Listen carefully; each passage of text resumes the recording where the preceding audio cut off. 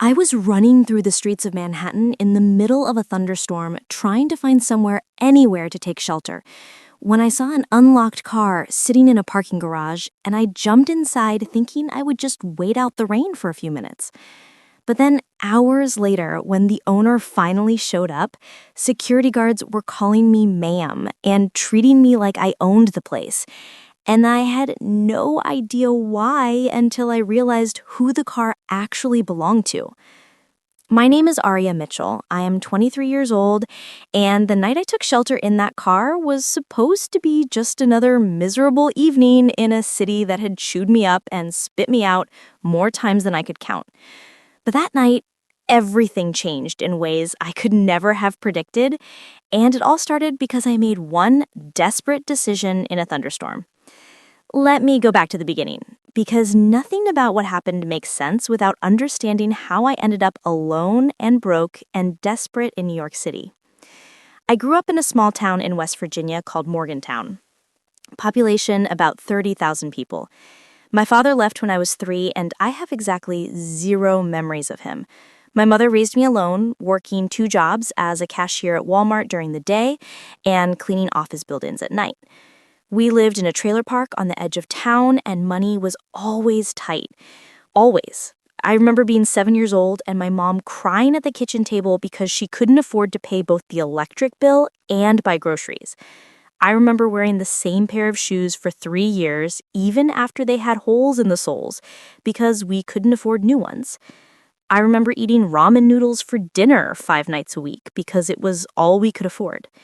But my mother never let me feel poor. She would tell me that money didn't matter, that what mattered was having a good heart and working hard. She would tell me that I could be anything I wanted to be if I just believed in myself and never gave up. She would tell me that one day I would do something amazing with my life. I believed her. I worked hard in school, I got straight A's, I joined every club I could, I volunteered at the library and the animal shelter, I wrote for the school newspaper. I was going to get out of that trailer park and make something of myself. When I was 16, my mother got diagnosed with breast cancer, stage 3. The medical bills piled up faster than we could handle. We had insurance through her job at Walmart, but it barely covered anything. We went into debt, serious debt. I had to get a job to help pay bills working at the same Walmart where my mom worked. I would go to school all day, then work from 4 to midnight, stocking shelves and running the register. I barely slept. My grades started to slip, but I couldn't stop working because we needed the money. My mother fought the cancer for 2 years. 2 years of chemotherapy and radiation and surgery. 2 years of watching her get sicker and weaker. 2 years of hoping and praying that she would beat it. She didn't. She died 3 days after my 18th birthday. I remember sitting in her hospital room, holding her hand as she took her last breath. She looked at me and whispered, "I'm so proud of you, baby. You're going to do amazing things." And then she was gone. I was 18 years old with no family, no money, and $70,000 in medical debt that had been put in my name because I had turned 18 right before she died. The trailer we lived in wasn't even ours. We had been renting it, and the landlord kicked me out 2 weeks after my mother died because I couldn't pay rent. I ended up sleeping on a friend's couch for a while, but I couldn't stay there forever. I didn't know what to do. I had graduated high school, but barely. My grades had tanked during my mother's illness. I had no money for college. I had debt collectors calling me constantly. I was working at Walmart full-time, but it wasn't enough. I felt stuck, trapped, drowning. Then one day, I saw an ad online. It was for a nanny position in New York City, a wealthy family looking for someone to take care of their 2 young children, room and board included, plus salary. It seemed too good to be true, but I was desperate. I applied, not expecting to hear back. But they called me. They wanted to interview me over a video chat. I borrowed my friend's laptop and did the interview. The family seemed nice, normal. They had a 3-year-old daughter and a 5-year-old son. They lived in Manhattan in what they described as a comfortable apartment. They offered me the job, $25,000 a year plus free room and board. It wasn't a lot of money, but it was more than I was making at Walmart, and it included a place to live. I said yes. I packed everything I owned into 2 suitcases and bought a bus ticket to New York City. I had never been out of West Virginia before. I had never even been on a bus for more than an hour. The ride to New York took 14 hours, and I spent most of it terrified and excited and hopeful. I thought this was my fresh start, my chance to escape the debt and the poverty and the small town that held nothing but bad memories. I thought I was going to be okay. I was wrong. The family I was supposed to work for turned out to be a nightmare. The comfortable apartment was a tiny 2-bedroom in a bad neighborhood. The nice, normal parents were actually controlling and demanding and borderline abusive. They wanted me available 24/7. They would call me in the middle of the night to watch the kids. They would criticize everything I did. They would go through my belongings without permission. They paid me late or not at all, making excuses about cash flow problems. After 3 months, I had only been paid twice.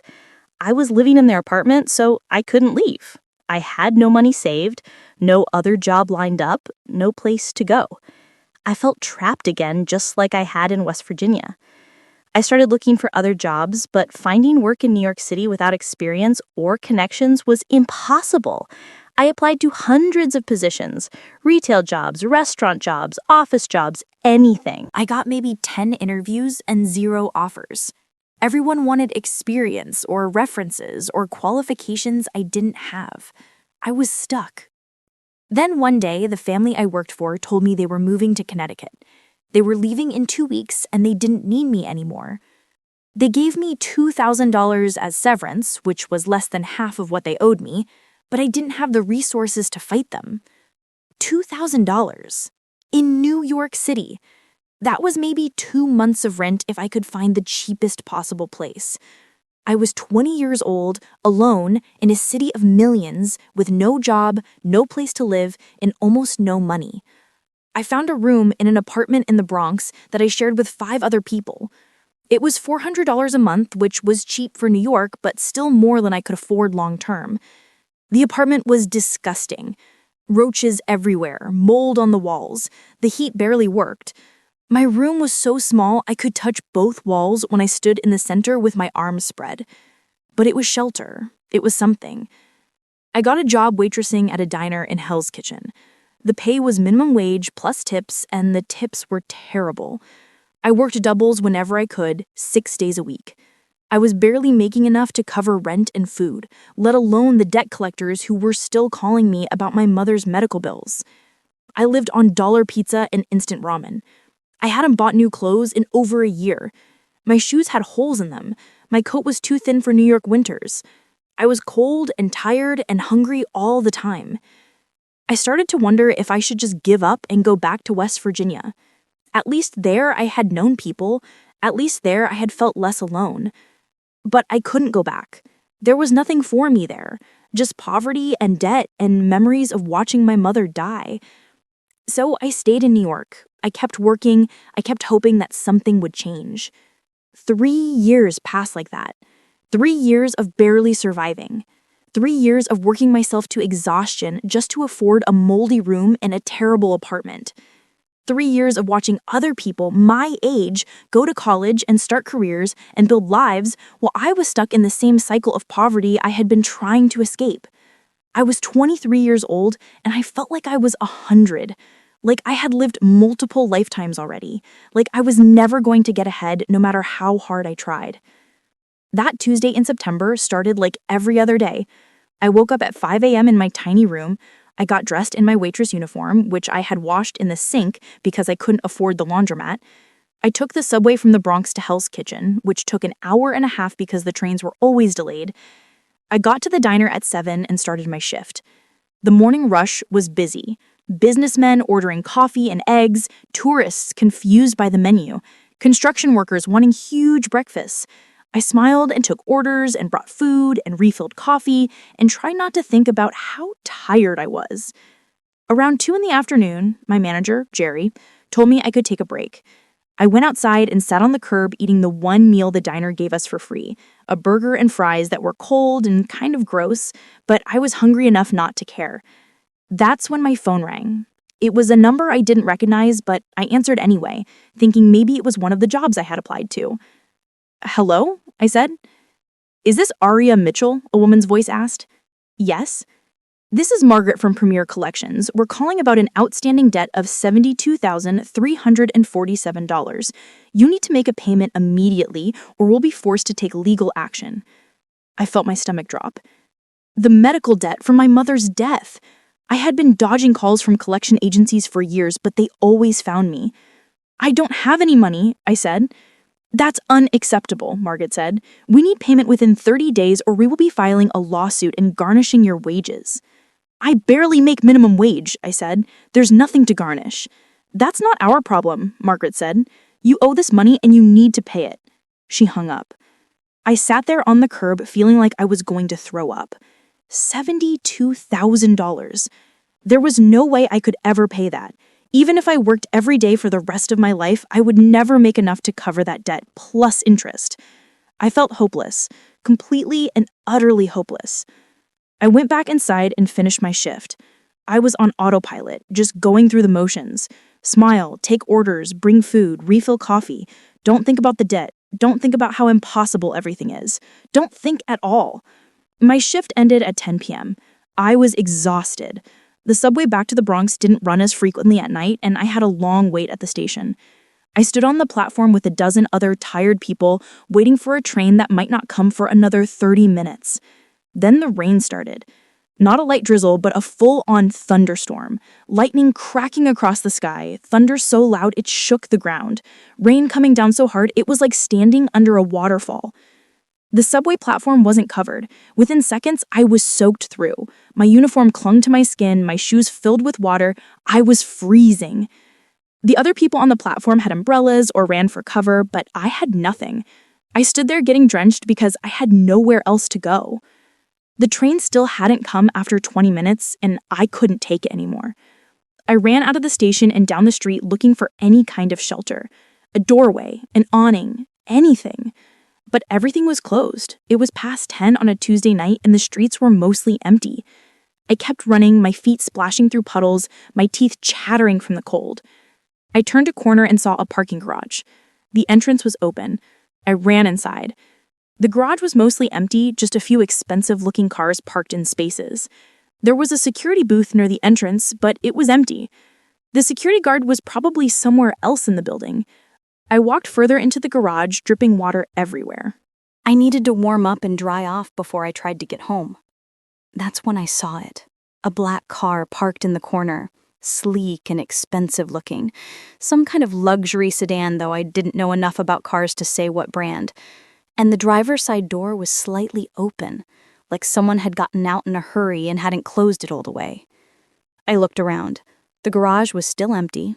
No security guard, no other people, just me and this unlocked car. I knew I shouldn't. I knew it was wrong to get into someone else's car, but I was freezing and soaking wet and desperate.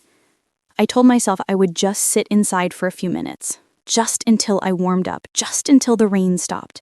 Then I would leave, and no one would ever know. I opened the door and climbed into the driver's seat. The interior was incredible.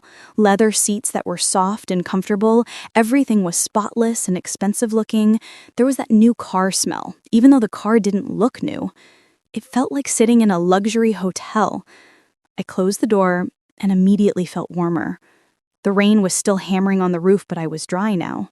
Protected. Safe. I sat there for a few minutes, just trying to calm down and stop shivering. Then I noticed the heat was on. Not blasting, but a gentle warmth coming from the vents. Someone had left the car running, or maybe it had one of those systems that kept the climate control on. Either way, I wasn't complaining. I started to relax. My clothes were still wet and uncomfortable, but at least I wasn't freezing anymore. I leaned back in the seat and closed my eyes for just a second. Just 1 second to rest. I woke up to someone tapping on the window.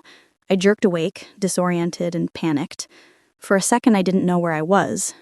Then I remembered. The car. I had fallen asleep in someone else's car. I looked out the window and saw a security guard standing there. An older man, probably in his 60s, with gray hair and a serious expression. My heart was pounding. I was about to get arrested. I was about to get charged with trespassing or attempted theft or something. The security guard motioned for me to unlock the door. With shaking hands, I did. He opened the door and looked at me. "Ma'am," he said. "I'm so sorry to wake you, but Mr. Castellanos is on his way down." I stared at him. Ma'am. He called me ma'am. Why was he calling me ma'am? And who was Mr. Castellanos? I started, but I didn't know what to say. "I'm sorry, I shouldn't be here. I just needed shelter from the rain and the door was open and I fell asleep. I'm so sorry." The security guard looked confused. "Are you all right, ma'am?" he asked. "Did something happen? Why are you apologizing?" "Because," I said, "this isn't my car. I broke in. I didn't break in exactly, but I got in without permission, and I know that's wrong, and I'm sorry." The security guard's expression changed to something like understanding mixed with pity. "Ma'am," he said gently, "Mr. Castellanos isn't going to have you arrested. He's actually been looking for you." "Looking for me?" I repeated. How would he even know I was here? The guard pointed up, and I saw a security camera, pointed directly at the car. "Mr. Castellanos was alerted when someone entered his vehicle," he explained. "But when he saw you on the camera, he told us to let you rest. He's been in a meeting for the past few hours, but he's on his way down now." I felt sick. Someone had been watching me sleep in their car for hours, and instead of calling the police, they just let me stay there. What kind of person does that? "I need to go," I said, trying to get out of the car. The security guard didn't move out of my way. "Mr. Castellanos would like to speak with you if you have a moment," he said. "It's not a problem if you need to leave, but he wanted me to tell you that." "I don't want any trouble," I said. "I swear I wasn't trying to steal anything. I was just cold and wet, and I made a stupid decision." "No one thinks you were trying to steal anything," the security guard said kindly. "Mr. Castellanos just wants to make sure you're okay." Before I could respond, I heard footsteps. I looked up and saw a man walking toward us. He was probably in his early 30s, tall, with dark hair, and the kind of face that looked like it belonged on a magazine cover. He was wearing an expensive suit that probably cost more than I made in 6 months. He looked like money, like power, like someone who had never struggled for anything in his life. He walked up to the car and the security guard stepped aside. The man looked at me and smiled. "Hi," he said. "I'm Dante Castellanos. I'm so sorry about my car." "Excuse me?" I said. "You're sorry. I'm the one who broke into your car." "You didn't break in," he said. "The door was open, and you looked like you needed help." "I don't understand," I said. "Why didn't you just call the police?" "Because," he said, "you clearly weren't trying to steal anything. You were just trying to get out of the rain. And you looked exhausted. I wasn't going to wake you up or have you arrested for taking shelter." I felt tears starting, and I tried to hold them back. "I'm sorry," I said again. "I shouldn't have gotten in your car." "It's fine," he said. "Really. But I do want to make sure you're okay. Are you hurt? Do you need medical attention?" "No," I said. "I'm just tired." "When was the last time you ate?" he asked. "I had a burger at work," I said. "Around 2? "It's almost midnight," he said. "That was 10 hours ago." I shrugged. "I'm used to it." He frowned. "What's your name?" "Aria," I said. "Aria Mitchell." "Aria," he said, "I'm going to ask you something, and I want you to be honest. Are you in danger? Do you have somewhere safe to go tonight?" "I have a place," I said. "It's not great, but it's somewhere." "But it's safe," he pressed. "You're not going to be hurt if you go there." "No, it's just a room in an apartment. I'm fine." He didn't look convinced, but he didn't push. "Okay," he said, "but I'd like to help you if you'll let me." "I don't need charity," I said, probably more defensively than I should have. "I'm not offering charity," he said. "I'm offering kindness. There's a difference." I didn't know what to say to that. "Let me buy you dinner," he said. or breakfast, since it's basically midnight. There's a 24-hour diner near here. Let me get you some food and we can talk. I started. Please, he said. You'd be doing me a favor. I was in a boring meeting all night and I haven't eaten either. I looked at him, trying to figure out his angle, but he seemed genuine, and I was hungry. Really hungry. Okay, I said. The diner was 2 blocks away. We walked there in silence. I was still in my wet uniform, and I'm sure I looked terrible, but Dante didn't seem to notice or care. The diner was mostly empty, just a few people scattered at different tables. We sat in a booth, and a tired-looking waitress brought menus. Order whatever you want, Dante said. I looked at the menu. Everything seemed expensive, even though it was just a diner. I can't afford this, I said quietly. I'm buying, he said. Please, order whatever you want. I ordered a burger and fries and a soda. Dante ordered the same. While we waited, he asked me questions.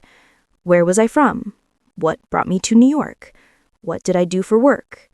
I found myself telling him everything. About my mom dying, about the medical debt, about the nanny job that turned into a nightmare, about barely surviving in New York for 3 years, about working myself to death just to afford a moldy room in a terrible apartment. I don't know why I told him all that.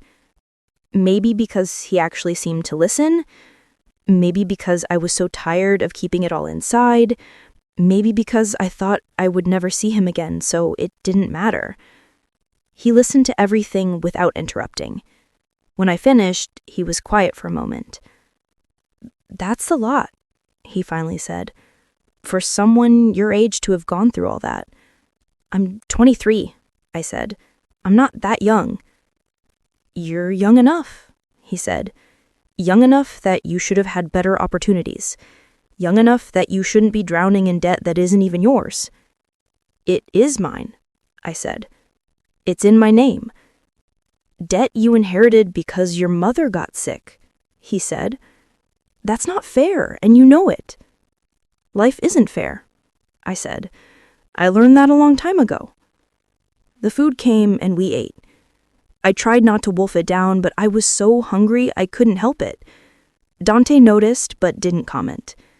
After we finished, he asked, "Can I ask you something?" "Sure." "What would you do if you didn't have to worry about money?" he asked. "If you could do anything, what would it be?" I thought about it. "I used to want to be a writer," I said. "When I was in high school, I wrote all the time. Stories, articles, essays. I wanted to study journalism in college. I wanted to tell stories that mattered." "Why didn't you?" he asked. "Because my mom got sick," I said. "And then she died. And then I had debt. And I had to survive. There was no time for dreams." "What if you had time now?" he asked. "What would you write about?" "I don't know," I said. "Real things, people's stories, the things that don't get talked about enough, like what it's actually like to be poor in America, like how the system is designed to keep people trapped, like how medical debt destroys families." He nodded slowly. "Those are important stories," he said. "Someone should tell them." "I used to think I could," I said, "but I don't have the education or the connections or the resources. I'm just a waitress trying not to end up on the street." "What if I could help you?" he said. I looked at him suspiciously. "Why would you do that? You don't even know me." "Because," he said, "I believe in helping people who are trying to help themselves. And because I can." "What does that mean?" I asked. "It means I have money and resources and connections," he said, "and I'd like to use them to give you an opportunity." "What kind of opportunity?" He pulled out his phone and typed something. Then he showed me the screen. It was a website for something called the Castellanos Foundation. I scrolled through it. It was a nonprofit organization that provided grants and support to young people pursuing education and careers in journalism, social work, and public service. "This is yours?" I asked. "My family's," he said. "We fund scholarships, internships, mentorship programs. We help people who want to make a difference but don't have the resources to do it." "I don't understand," I said. "Why are you showing me this?" "Because," he said, "I want to offer you a position. A paid internship with one of our partner organizations. You'd work as a junior writer covering social issues in New York.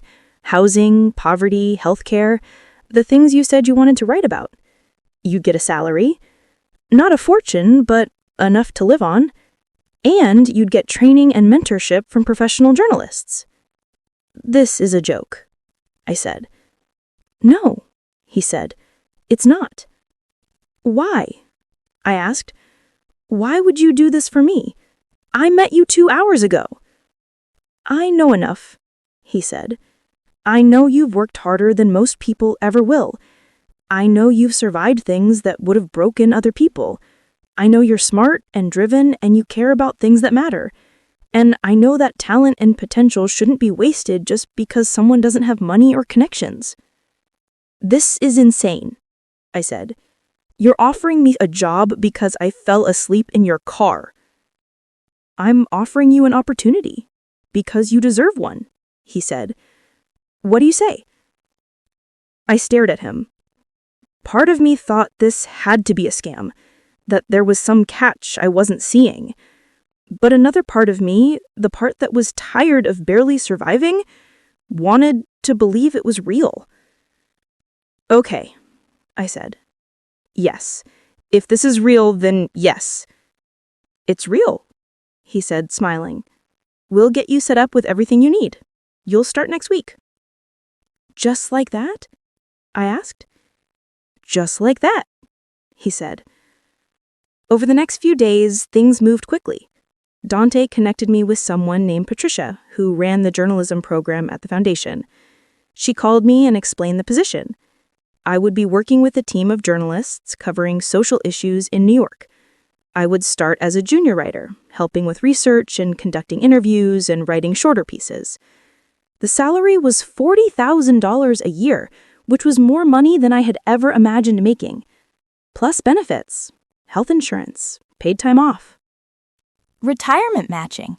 Things I had never had before. Patricia sent me a contract, and I read it 3 times, looking for the catch. But there wasn't one. It was legitimate. A real job with a real organization doing real work. I gave notice at the diner. Jerry, my manager, was shocked, but happy for me.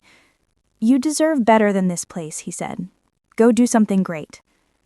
I also gave notice on my terrible room in the Bronx. I couldn't afford a better place yet, not until I got my first paycheck, but Patricia told me the foundation could help with that too. They had partnerships with landlords who offered affordable housing to young professionals in the program. Within a week, I was moving into a studio apartment in Queens. It was small, but clean. No mold, no roaches. The heat worked, the water pressure was good. It felt like a palace compared to where I had been living. My first day at work was terrifying. The office was in Midtown, in a building with a doorman and elevators that worked and coffee machines that made fancy drinks. I met the team I would be working with, 5 journalists who all seemed incredibly smart and accomplished and way out of my league. But they were kind. They welcomed me. They showed me how things worked. They treated me like I belonged. I was assigned to work with a senior journalist named Marcus on a series about affordable housing in New York. We spent weeks interviewing people. Families being evicted from rent-stabilized apartments. Workers being priced out of the neighborhoods they had lived in for decades. People living in shelters because they couldn't afford anywhere else. I heard story after story that sounded like my own. People working multiple jobs and still not making enough. People one emergency away from homelessness. People trapped in cycles of poverty that seemed impossible to escape. And I wrote about it. I wrote about their struggles and their resilience and their humanity. I wrote the kind of stories I had always wanted to tell. Stories that mattered.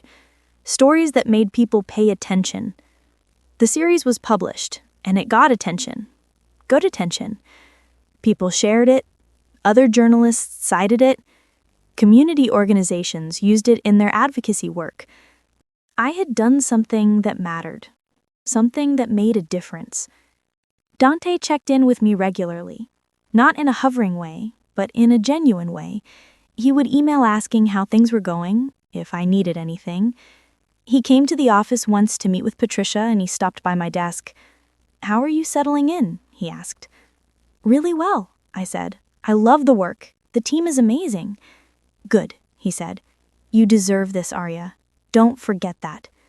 Over the next 6 months, I grew more confident. I wrote more stories. I got better at interviewing people, at finding the angles that mattered. I pitched my own story ideas, and Marcus encouraged me to pursue them. I was becoming the journalist I had always wanted to be. But I also started to see Dante differently. Not just as the man who had given me an opportunity, but as someone I wanted to know better. He was kind and thoughtful and genuinely cared about the work the foundation did. He wasn't just some rich guy trying to feel good about himself. He actually believed in helping people, in creating opportunities, in using his resources to make a difference. We started having lunch together occasionally. He would invite me to join him and Patricia and other people from the foundation. We would talk about the work, about the stories I was writing, about the impact we were having. One day, about 8 months after I started working for the foundation, Dante asked if I wanted to get dinner. Just the two of us. Not a work meeting, he said. Just dinner. As friends. I said yes. We went to a nice restaurant in the West Village. Nicer than anywhere I had ever been. The kind of place where the menu didn't have prices, and the waiters wore suits. I felt out of place in my cheap work clothes, but Dante didn't seem to notice.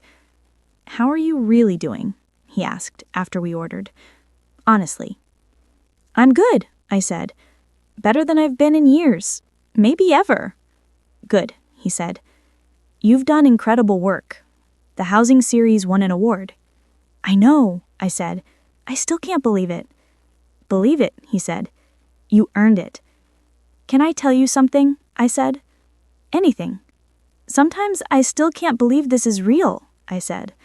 "That I have this job, this apartment, this life. Sometimes I wake up thinking I'm going to be back in that moldy room, working at the diner, barely surviving." "I understand that," he said. "Imposter syndrome. Feeling like you don't deserve what you have. Do you feel that way?" I asked. "All the time," he admitted. "I grew up with money and privilege.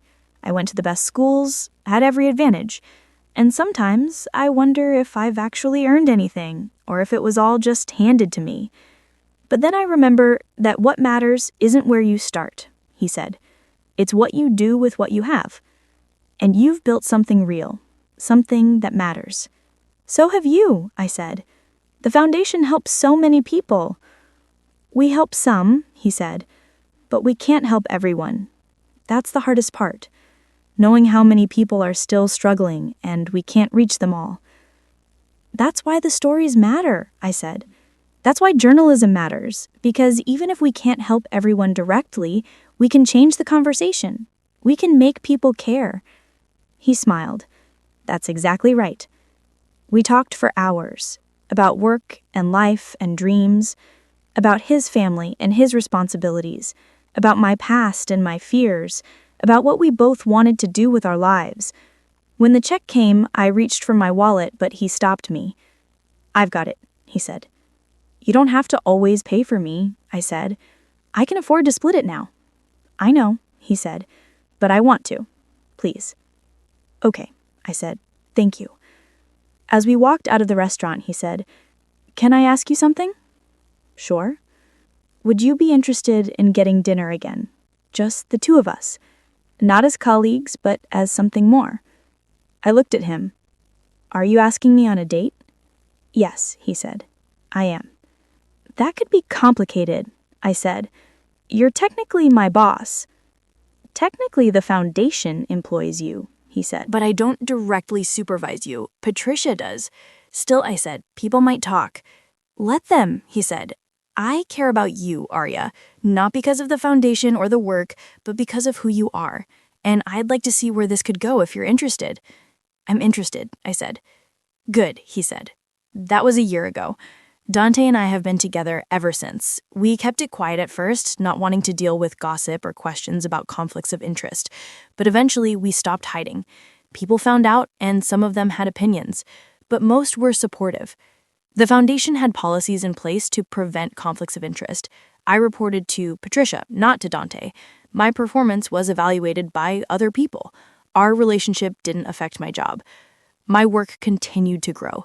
I wrote more stories, won more awards, got promoted to senior writer. I was making a real difference with my work, and it felt incredible.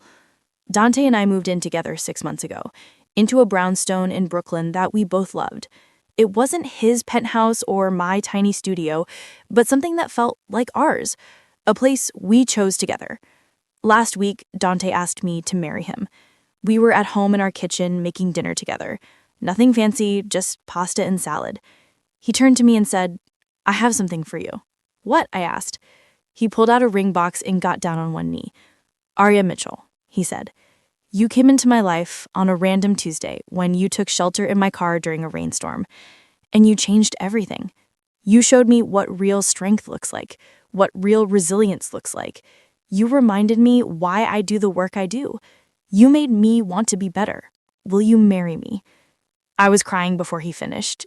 Yes, I said. Yes, yes, yes. He stood and put the ring on my finger and kissed me, and I thought about that night, a year and a half ago, running through the rain, desperate and exhausted and feeling hopeless, climbing into that car, looking for shelter for just a few minutes, falling asleep because I was so tired I couldn't stay awake, waking up to a security guard calling me ma'am, meeting Dante, having my entire life change because of one moment of desperation.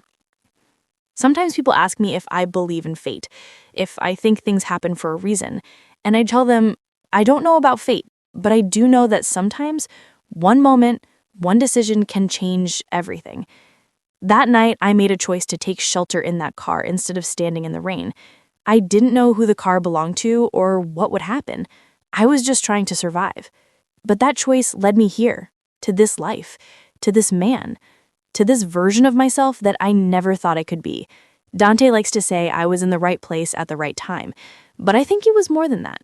I think it was about being willing to accept help when it was offered, about believing that I deserved better even when it seemed impossible, about working hard once I got an opportunity, about not giving up even when everything seemed hopeless. The medical debt that I inherited when my mother died, the $72,000 that felt like a weight I would carry forever, the foundation helped me deal with it. They connected me with lawyers who negotiated with the collection agencies. They helped me set up payment plans I could actually afford. The debt is still there, but it's manageable now. It doesn't control my life anymore. I've been able to send money to my old town in West Virginia, to the library where I used to volunteer, to help other kids who are in the situation I was in, kids who are smart and driven but don't have the resources or opportunities they need. It feels good to help, to give back in some small way. My mother always told me I would do something amazing with my life. She believed in me even when I didn't believe in myself. I think about her a lot. I wish she could see me now, see what I've become, see that her belief in me wasn't misplaced. I like to think she would be proud. This morning, I woke up in our brownstone in Brooklyn, in the home Dante and I share.